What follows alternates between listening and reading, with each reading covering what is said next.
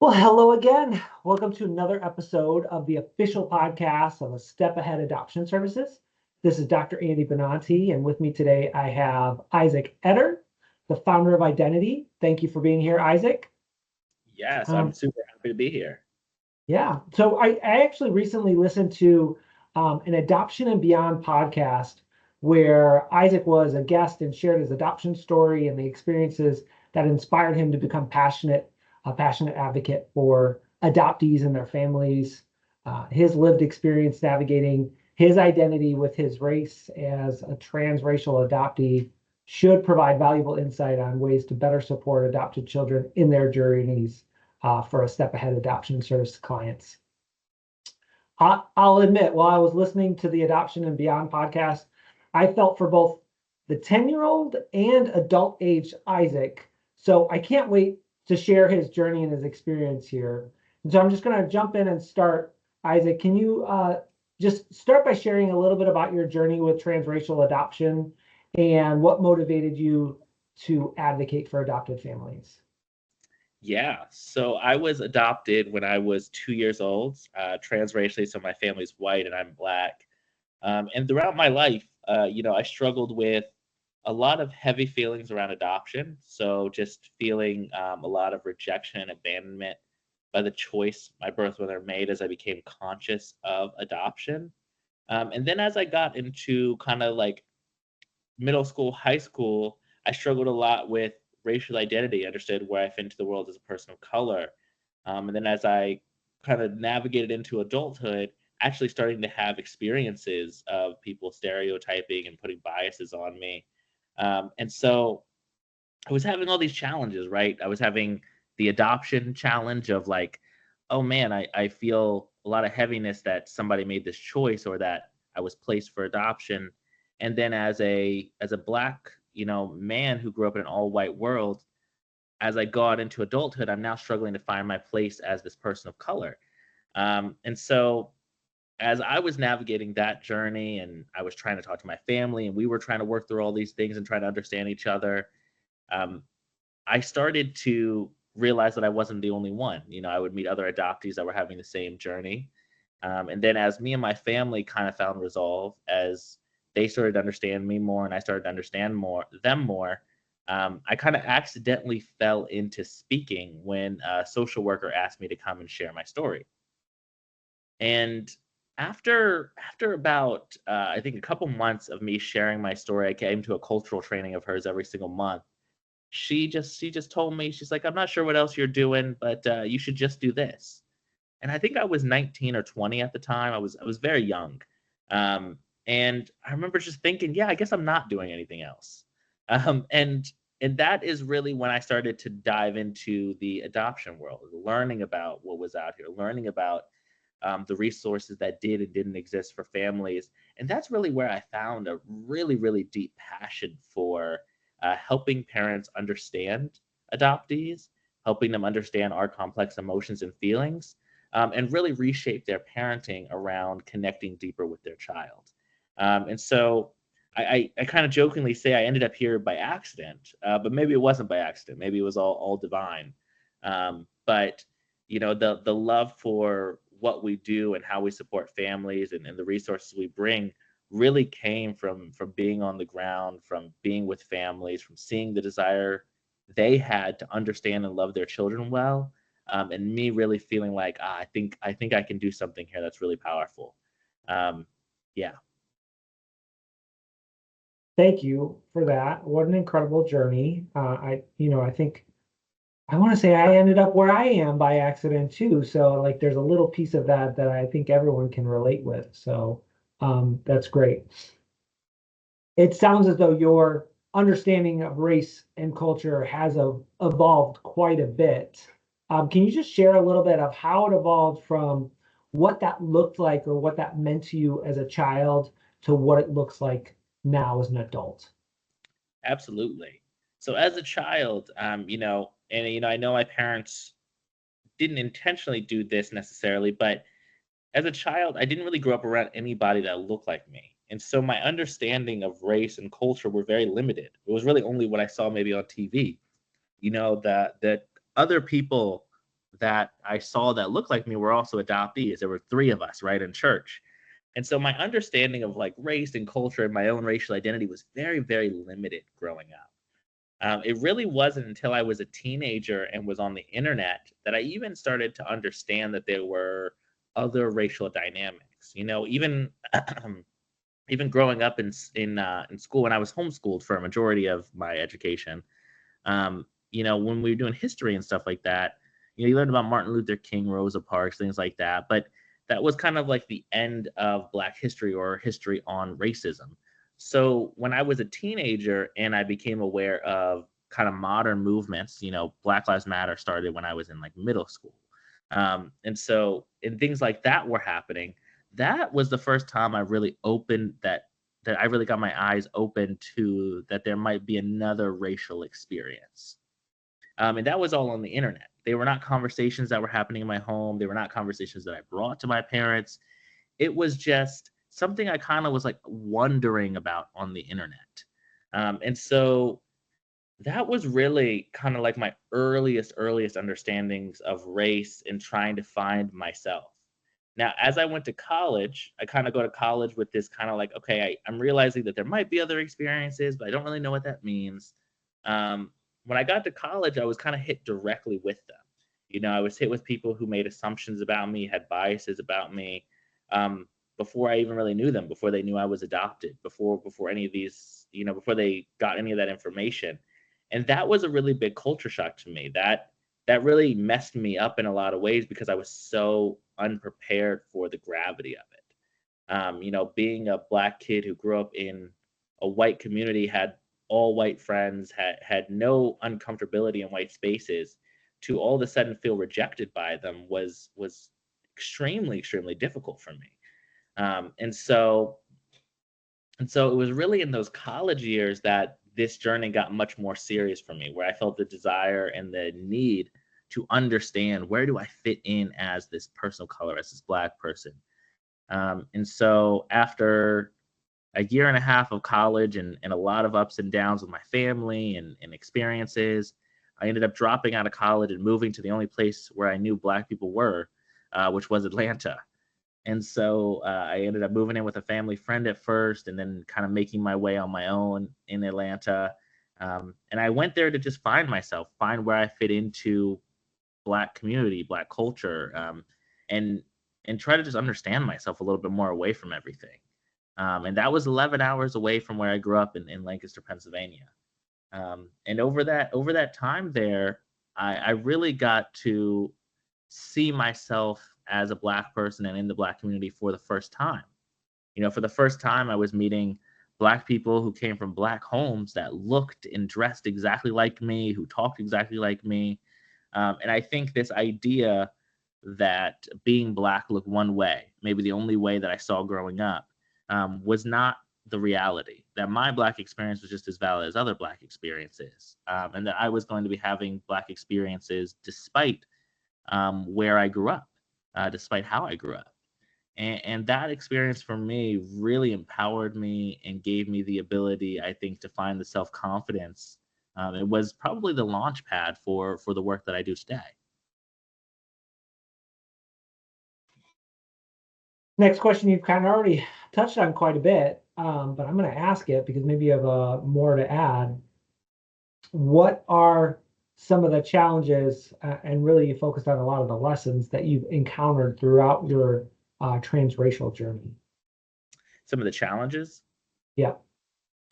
Yeah, I mean, I think the challenge is, especially growing up, we're just not seeing myself reflected in the community that I grew up in. And I think for transracial adoptees and really for any child, you might think about this in biracial homes too. It's like when we don't see ourselves in our community, it becomes really hard to understand where we fit in.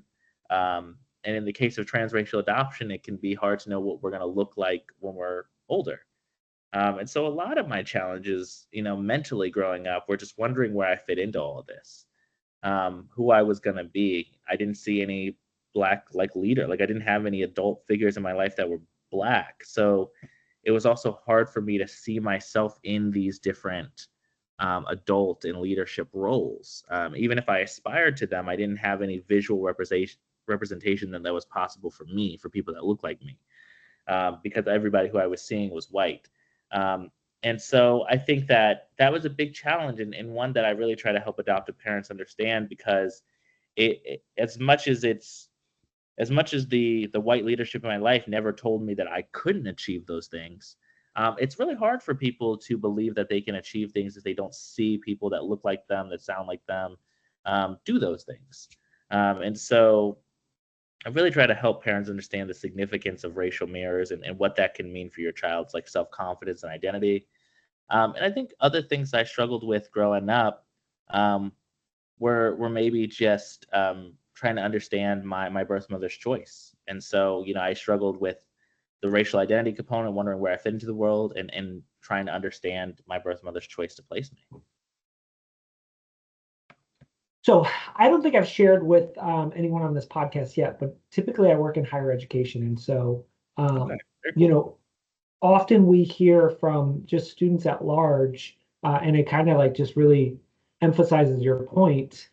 If we don't have faculty members that are representative of the student body, they don't see themselves um, in like that role, right? So a lot of what I see is career based, or we call it career and technical allied health based. So if we have faculty members that aren't representative of the student body, they often don't see how they can succeed in a career. Yep. So that just reminded me of when you were saying like you just didn't see adult leaders Hmm. that were really representative of you. So Yeah, it's a great that's great. example. Yeah, so what resources or communities have been most supportive in navigating the challenges of transracial adoption for you? Yeah, I mean, what communities have been most helpful? I mean, I think that a lot of the communities that have been most helpful have been the ones that I've kind of found myself as an adult, at least for me personally. I would hope that transracial parents today say that, like, the communities that we've created at Identity have been the most helpful for them. But for me personally, community with other adoptees has really helped me a lot. Other adoptees who've gone through the same challenges, the same journey that I have really helped me understand myself better, and build a lot of self confidence. And I'm really thankful for a lot of the adult adoptees who work in the adoption field that I've met, who work outside of it that I've met, and the relationships and the understanding that I think is just really beautiful about adoptee community. And I hope that what they've given me and the insights that they've given me about their experience help us navigate parents today towards creating those opportunities for their children sooner. Thank you. Uh, Yeah. you do this so well, but I think I'm going to just pivot with this next question a little bit because I'd like you to position it more for offering advice to those adoptee parents. Yeah.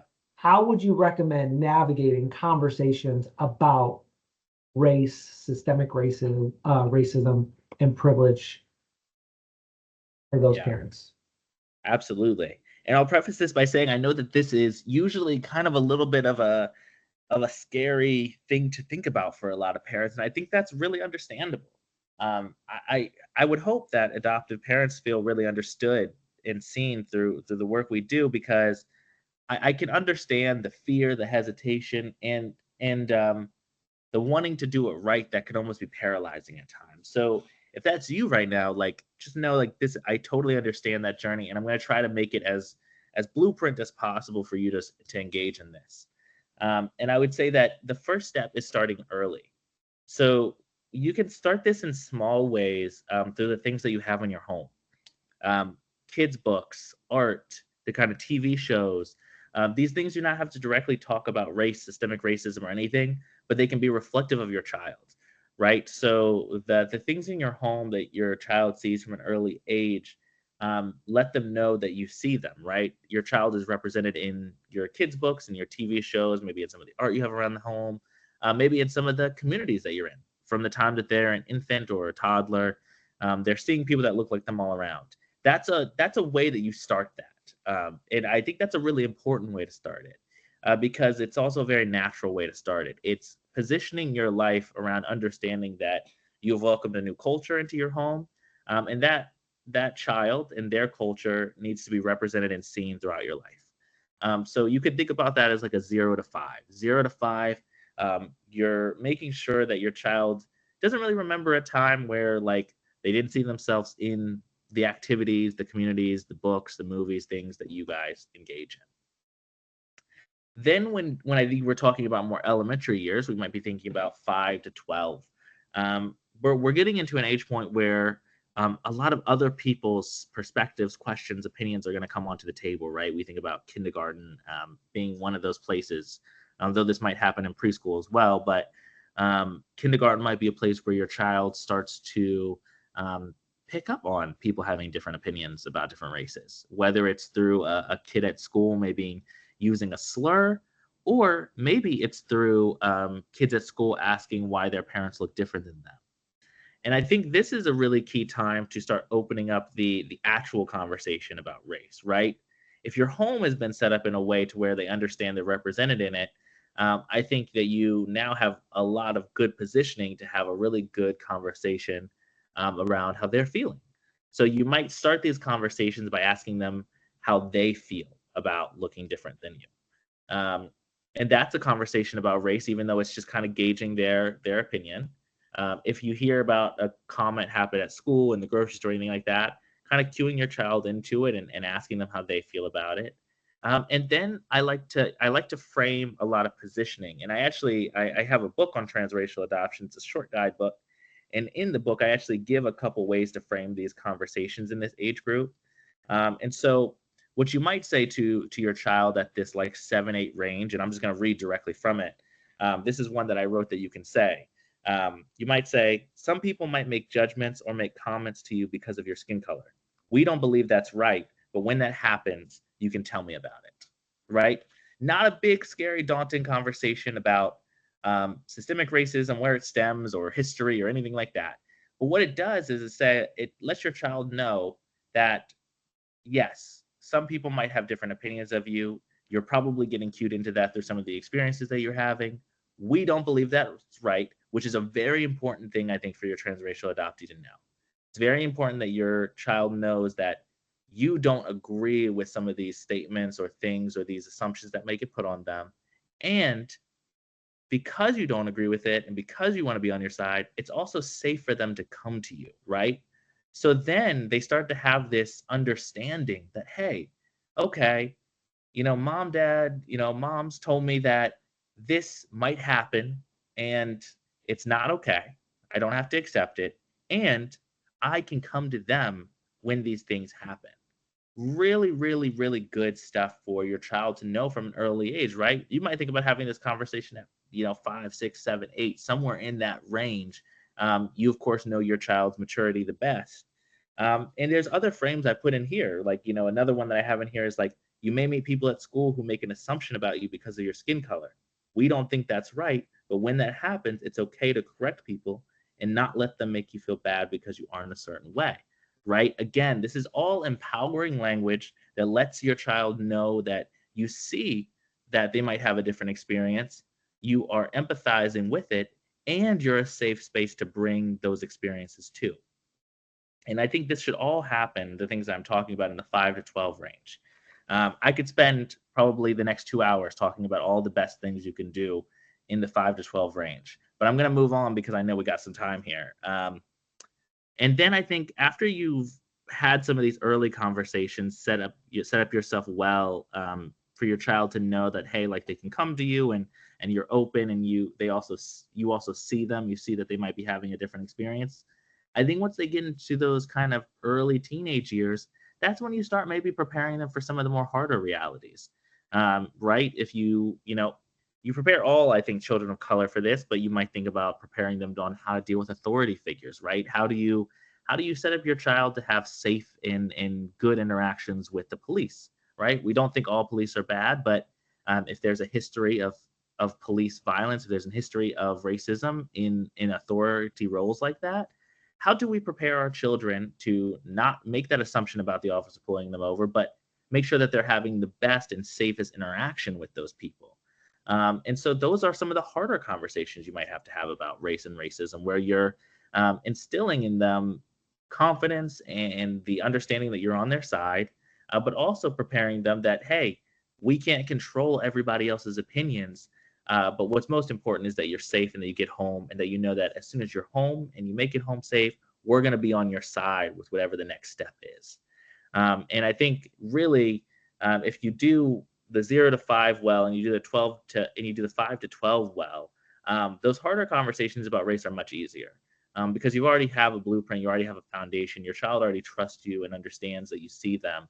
And so when you're telling them, hey, like, when you get pulled over, here's the best things to do. If you have somebody that follows you around a grocery store, here's the best way to engage in it.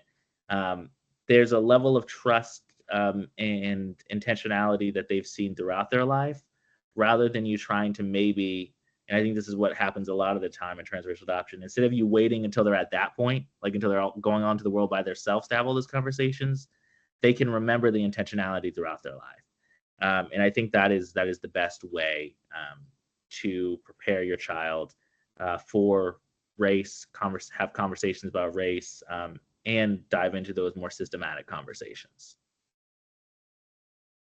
Thank you. Yeah.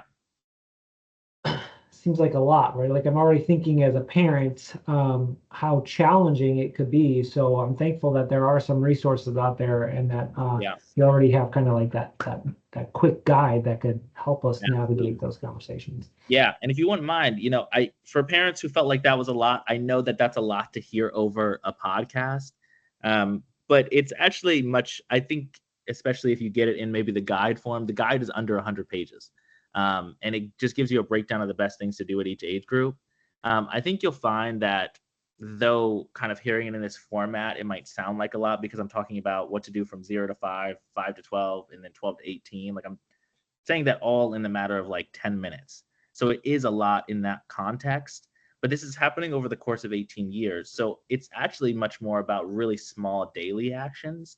And I think that if you read the guide and you engage in our content and in the ways that we help parents navigate this, you'll find that we actually make it a lot more simple than maybe it is to hear over, this hour podcast, because I can't understand how it would feel like a lot at this very second. I'm actually thinking I might. I already shared with Isaac before the call. I have two adopted daughters. They just so happen to be the same race that I am. So I'm not necessarily navigating the same challenges as everyone else listening to this podcast, but I'm interested in looking at the guide and seeing if I can adapt some of what's in that guide to other just challenging life events that we may have. So I Absolutely. will be looking into it. Yeah, thank you. And yeah, it's funny that I just did an interview with somebody who read it, and they said they were actually talking about the non-transracial adoption things that they pulled out of it, and I really loved that, because yes, there's so many unique parts of transracial adoption, but there's a lot of things in adoption in general that I think are universal. When we talk about opening conversations about adoption and identity with our child, like those are universal adoption things, because most adoptees struggle with identity challenges. And so some of the same frameworks can be used, even if they don't have that racial component to them. Yeah, I mean, that's exactly where my mind went. I'm thinking of, that sometimes we think of abandonment issues that adoptees may have, and some of the struggle with those birth parent choices. And I imagine that that's also interwoven into some of what that guide has to offer. So Absolutely. okay, what role did Black History Month play in your family growing up, and what role does it play in life now? Yeah. So Black History Month growing up had no place in the home. And I knew you were gonna ask this, and I knew that it was gonna kind of be a hard one to answer. And it's funny because I was just doing a session with a step ahead and said the same thing. And so Black History Month didn't have a role when I was growing up. And probably just, Black History Month when I was growing up in general was not that big of a deal. At least not for the communities that I was raised in. And so it didn't have a role growing up. And I think now it does have a role, in which it becomes a really good opportunity for us to highlight significant people who have contributed to not only the world, but our communities that are Black. And I find that powerful for myself today with my own son who is biracial and who I get to um, have Black History Month conversations and things with. But then also when it comes to transracial parenting, I usually try to encourage this to be a time for transracial parents where they can introduce their children to Black innovators, inventors, creators who are not the mainstream ones, not Martin Luther King Jr. or Rosa Parks, right? We have, the guy who invented the ice cream scoop who was a Black inventor. And so that's a very interesting thing that you could do as a family is talk about Black inventors who are maybe doing the same things that your children may be interested in. And so I think nowadays Black History Month is a really cool way for us to highlight people beyond the mainstream and we might even think about hidden figures also, the ladies who contributed to NASA, who were all Black women. And so, I think Black History Month is a really cool opportunity to allow our children of color to see and learn about people who look just like them, who contributed to the everyday way that we live. I like it. So I'm a little bit older than you probably, and I will just reiterate, like Black History Month, and I know that I'm white. It was never really a thing growing up. Yeah. I did grow up in a very, what I like to think of, a diverse community. In fact, when I was in elementary school, I was the minority. But I have zero memories of Black History Month. I think certainly now I see it advertised or marketed quite a bit more. And anyone listening to the podcast, in case you don't know, February is Black History Month. But I think like ultimately we could do a better job, and a lot of this does fall to parents and education, right? Like we just need to do a better job. Yeah, absolutely. And we put out a free resource on just like 5 ways you can incorporate Black History Month and celebrate as a family that were anywhere from going to an exhibit, like finding some kind of history museum exhibit or event that's happening in your community, all the way to like books, movies, or a craft that you guys could do as a family. And these are all easy ways that families can start incorporating Black History Month in natural and meaningful ways. Yep. I know the focus is on transracial adoption, but I think this is pertinent for everyone. Absolutely, absolutely.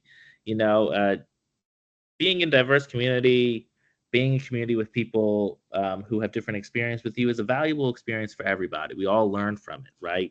And I always said, I talk to a lot of people who are pre-matched, right? They haven't matched yet. They don't know if they're going to be a transracial family or not. And I always say, like, what's the harm in if you were going to be transracial, or if you think there's a likelihood, what's the harm in already starting to be a part of those communities? What's the harm in going to the African American festival that happens in your town, or going to an NAACP event, or going to a more diverse church and just seeing that, visiting a more diverse church that you may end up wanting to go to, especially if you adopt transracially. And those experiences can be beneficial for everybody, regardless of if they're going to transracially adopt or not. I agree 100%. Were there any Black or brown positive role models that helped pave the way for you in your journey? So in my personal journey, not until I was in college, I had a really awesome Black mentor when I was in college. He was one of the only Black professors at my college, and he really helped me navigate a lot of heavy emotions and anger and all the things I think as a young person you're trying to figure out. Um, and so he was really beneficial to me, and I've been really thankful. He ended up becoming friends with my parents and helping them understand what I was experiencing and my emotions. And so he was a really good mentor for me. Um, if I'm going to take the question to people who've maybe paved the way, there's a lot of Black adoptees who have paved the way in transracial adoption who have also laid some really good groundwork. I mean, Rhonda Rorda wrote a book called In Their Voices, which was one of the first really interesting books about and research-based books about transracial adoption that came out in the 2000s. Some of the earliest stuff that really highlighted the significance of racial mirrors and what transracial parents could do differently and think differently about. And then Angela Tucker came up right behind her, releasing, a documentary and many other things that, opened up these dialogues around transracial adoption. You can think about Kevin Hoffman, Robert O'Connor. These are people who, in their own ways, paved the way for me to be able to do what I'm doing today, even though I didn't learn about them or maybe appreciate their work until I got into it myself as a 19, 20-year-old. Thank you. So how would you recommend transracial adopted families ensure their children learn and celebrate Black culture and history all year round, right? Because I think it's unfair to have that expectation that we're only going to celebrate and talk about it during Black History Month. Right. What are some other ways? Yeah, I mean, I think it kind of goes back to like community and daily life. It's like, what you have in your home on a regular basis is going to be what matters the most. And so, it's kind of like how we joke about Black History Month and Pride Month, how like corporations kind of put up all the banners, and then, on March 1st, all the Black History Month stuff goes down, and on July 1st, all the Pride Month stuff goes down. And we make, we joke about this, on the internet. There's all kinds of memes about it. But sometimes I think transracial families accidentally do the same thing, right? It's Black History Month, so they have like all this stuff happening, and then March 1st comes around and all the Black History Month stuff comes down. When I actually think that it would be better if, in the regular life, you had these things that represented your child, their culture, and their history. And you could maybe even do Black History Month in not like this big extravagant way. You could do one or two really meaningful things, but because your child sees themselves in the books in your home, the art in your home, the things that you watch, and because they see themselves represented in the community that you're in, a lot of these other natural touch points are already happening. And so I find those to be much more important. It's much more important that your daily life reflects your child and reflects their experience, than it is to have Black History Month be like this big thing. And so doesn't mean don't acknowledge it or don't, take note of it or try to do something around it. But I think really focus your energy around like what in our home and our community will really make our child feel seen, and keep your focus there, and have some Black History Month stuff that you do. Look in your community too. I mean, you'd be surprised what NAACPs, what libraries do for Black History Month. Like, you might be surprised if you went and dug what is happening in your community for Black History Month, that you could just start going to every year. Great. Next, and this rolls right into the next question. You've already mentioned a couple things, but what are some things that we can integrate into our culture identity, into our family's daily lives? And so some of the things that I've already heard you say is make sure that, we have the books and the community support, and, the things that we're watching on television are all important, but what are some other elements that we can incorporate? Yeah. I mean, I think those are the big ones, to be honest. I mean, it's community, it's like it's your home, it's your community, and it's how you engage in the conversations, if you want to sum it down to three things. And so, what does your home look like? Where is your child represented in your home? What does your community look like? How is your child represented in your community? And how does your child feel, when it comes to being able to talk about these complex things and these emotions? And does your child feel safe to have these conversations with you? And so those are the things that matter most. And two of them are easy. Conversations can be a little bit harder. And so by opening the conversation with your child in small ways throughout their life, asking them how they feel about different things, the conversations, I think, get easier to engage in.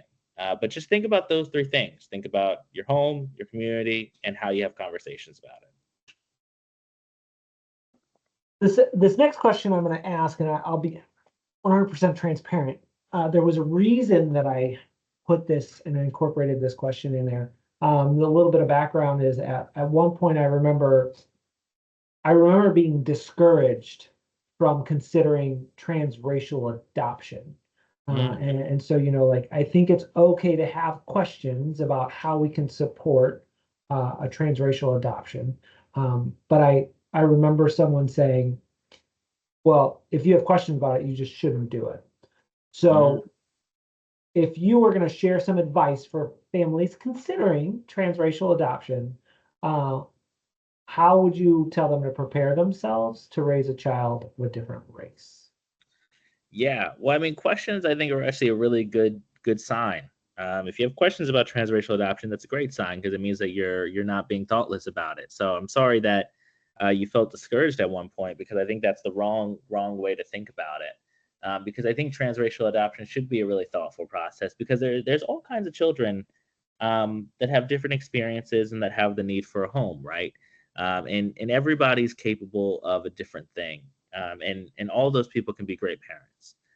But when you get to transracial adoption, the questions I think that you should be asking yourself are what am I willing to do? And so, am I willing to engage in conversations about race, educate myself to be able to do that?